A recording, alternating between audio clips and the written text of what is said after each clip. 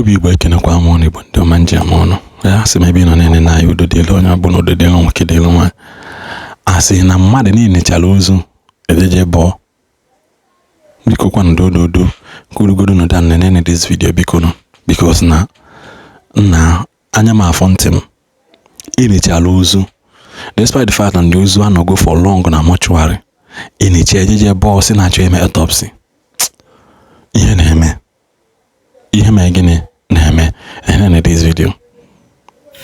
Adama Igbo Chineke kelemacho ezi mma puliche Igbo samejim n'aka na ebe ahụ n'ugbu a na enweta onwego biko page anụnwa this our new profile is a backup new profile so you can share it no so nkwochi war ndara disable ya yotago ka anyị hapụ na-eche ebe ahụ na-agwa uwe okwu na-ekwu nke bụ eziokwu otu ha mechie nke a anyị emepe ọzọ. So this is our new backup page and profile, so follow it up then tosaya ka ndị ọzọ nwee ike mara kpọmkwem na ebe a ka eziokwu ahụ mechara land ya anyị ga na-ekwu ya na-aga n'ihu. Nobody can stop us. Onye ọsọrọ gị wụrụ. A very disturbing event happened in Ubo Mmiri, Umuawam amoburu Ubo Mmiri in Bitolu LGA, where an 80-year-old man nwụrụ anwụ, Chief Donatus Amuchenwa, was exhumed by a purported court judgment. And when this man is exhumed by the vigilante, as one the vigilante omona no bomirikwa when they made the man exhumed, you know, call the get man ononga call ihe kujieki baga vorozi the man eliri kambe October 17th 2025 have those year, you know, Briepo, that man, Gawa. Now, when we started making our investigations, I now find out now that the lawyer to the family, to the widow of late Donatus Amuchenwa, and Wetela court, how do we call it? Stay of execution. Stay of execution on that court order. Get no problem. Initially, no a matter of date. Now date 8 years, now like here, and there is a head of that family. There got the head of that family. The head of the family one okay. So munde umunni aju.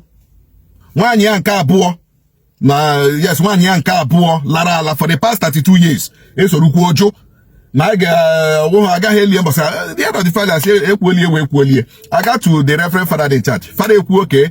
Head of the family ekwole lekwe date aga eli no we anwo onye ga-ekwu mgbe aga eli mmadụ in that family all is his responsibility onwe onye all his responsibility to say it now onye shejinola the head of the family.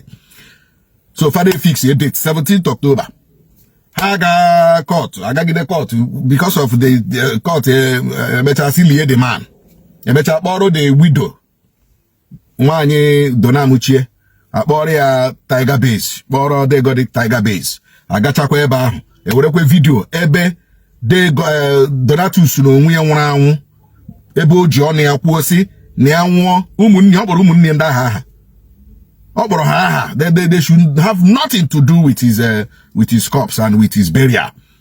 In fact, he has disowned them because this man suffered kidney problem for 2 years and none of the family members came near. And when he was close, Obana the second wife, Yalara come with 32 years. Now, on wala now, onya wala batala. Ibia kumba geli. Ige kumba geli onyi letre. That's ibia di kumba geli onyi letre. Ka onyi ne letre hon. It's a simple logic. If it is not wickedness and propaganda or to show muscle or to show that they want a mad, why will you people come and be tampering with onye liri? Somebody that was already, if you haven't seen the video, the man was very bitter. But the wife, second wife, one larala, 32 years ago, gina diga no. Diga hanwo, ge barajawa. Na clear ma ocho gacho. He didn't sack you. Where were you 32 years ago? Ole no 32 years ago. The man hanwo ge bia. E wezuga na nde nwara anwo go fodo na anwuchu anya. Owo esha hi chere eche. To come. Ge wuru onye nwụrụ anwụ ị ga-anwụkwu ihe ma gbago bụ eziokwu. Now the woman abịa with ụmụnne this man nwụrụ anwụ nke ọ sị na ya achọghị for them to near his burial whatever. Abịa police this a police. Oh ya ka agachaziri nda emerie ha. The court asi je elie the man. Tagabe za si je elie the man. Elichazia the man ha agazia je gba akwụkwọ si na egbuziri the man egbu. Shi boya enye court order. Enye court order. You know, that is one of the problems of our judiciary. Enye court order she boya onye anọrọ na mortuary 5 months. N'ime 5 months ọ nọ na mortuary. Onwe mbunu chetere na egburu egbu. Unu ekwuteghị na egburu egbu. Ọwụzi gbe elichara ya. Unu gaziri si na egburu egbu. She boya si nyoda ka boya ka eje autopsy. Now, the family eje wetekwe kedi ha na akpọ ya stay for execution. Because eliele this man. Koto dudu wetere ka akwụshi ili mmadụ bịara on n'abalị 17th October elichala mmadụ in the morning. Unu eje wete koto order in the evening ka elichara mmadụ. She boya. She onye liri that day. She bolie ye ka eje autopsy. They will take stay of execution. Stopping whatever ha chọrọ ime. I think 22nd or 28th of December. Here were police from Worubi. Bia Ebo the man. The CP stopped the DPO and his boys from Ebo the man. Ohama Hane will stay of execution. Police ala. 23rd night. Bam. Nde hana ha rokoga. In that community. Akporonde vigilante. Jina Baribia. Bozu the man. Brozu the man. Ola. As we are talking to you today. Munye the man really. They got it. None of the family members except Nde Borea maybe Dorozu the man. An 80-year-old man that's supposed to be resting in peace. After suffering for 2 years and non-ime mortuary 5 months. Nde Jebokwaya making that man restless. As in making him restless even in death. So our organization, Nchekwandi Ogbenye Foundation, we are into this matter too. We are into this matter because this is a pure violation of the right of the dead. Onye nwụrụ anwụ nwere right. If you don't know it today. Onye nwụrụ anwụ nwere right. Right to rest in peace. But these people actually go rest in peace. So we are into this matter too. One, ha ga-agwa anyị ebe ha dowere ozu de dona. Ha ga-agwa anyị ebe edowere ozu de dona. Onwe onye ma ebe edowere ozu ye. Ebu ozu ye ga-achị back to mortuary. Which means, eburu ozu ye ga-achị back to mortuary. Ha ga-ejide tali. Fine. Ebu ozu ye gawa police station. Ayama police station all. The family ama police station all. Ebu ozu ye gawa to court. Je domiana na court nyere court order. Ebu onwere court onwere ebe a na-adowa ozu. Ihe ndị awo, ihe a na-ajụ. Till today, the 26th of December, onwe bụ onye ma ebe edowere ozu de dona.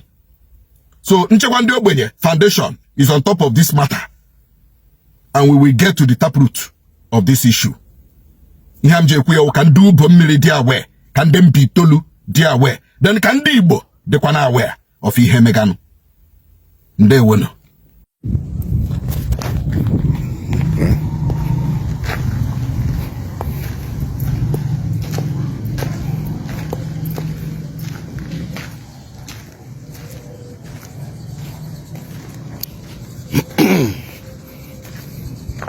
Okay, how the grave of late Chief Dona Amuchienwa that was exhumed yesterday, being the 23rd December 2023 at about evening time.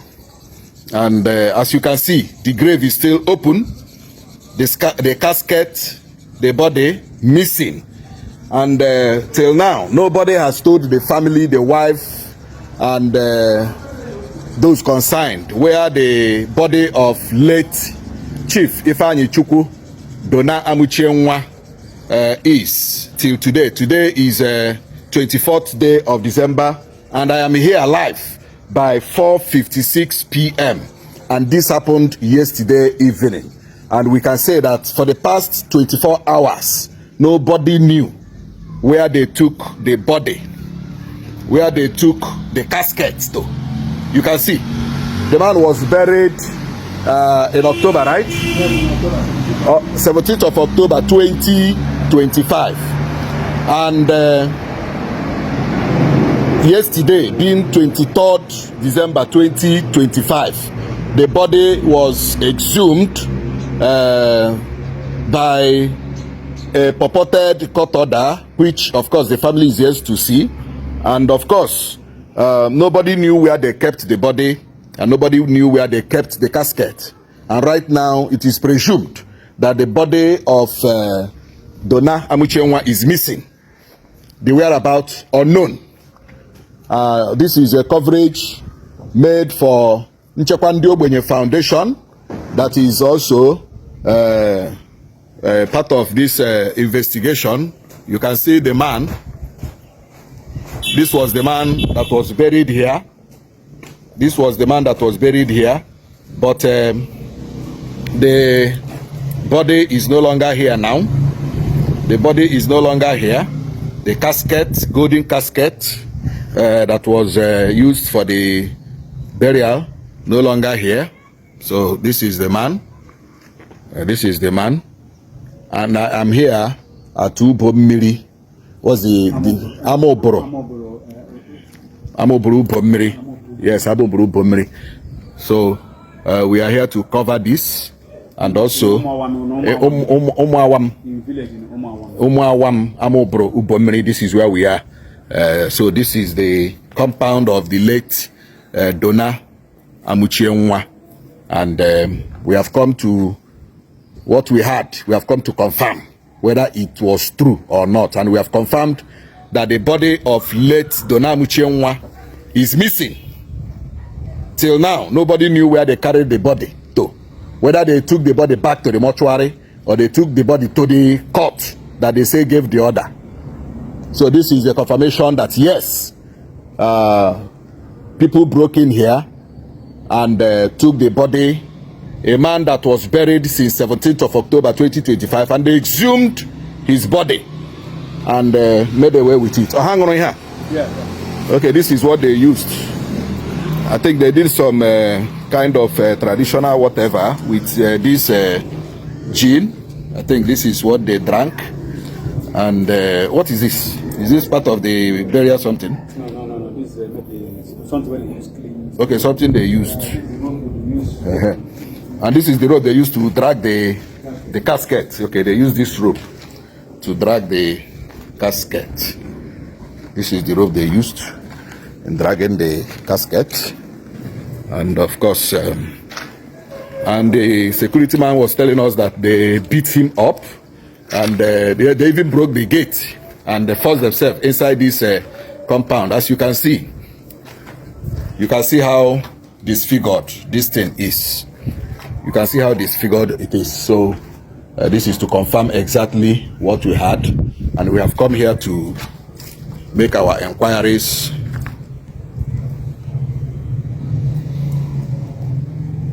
And we have come here to make our inquiries.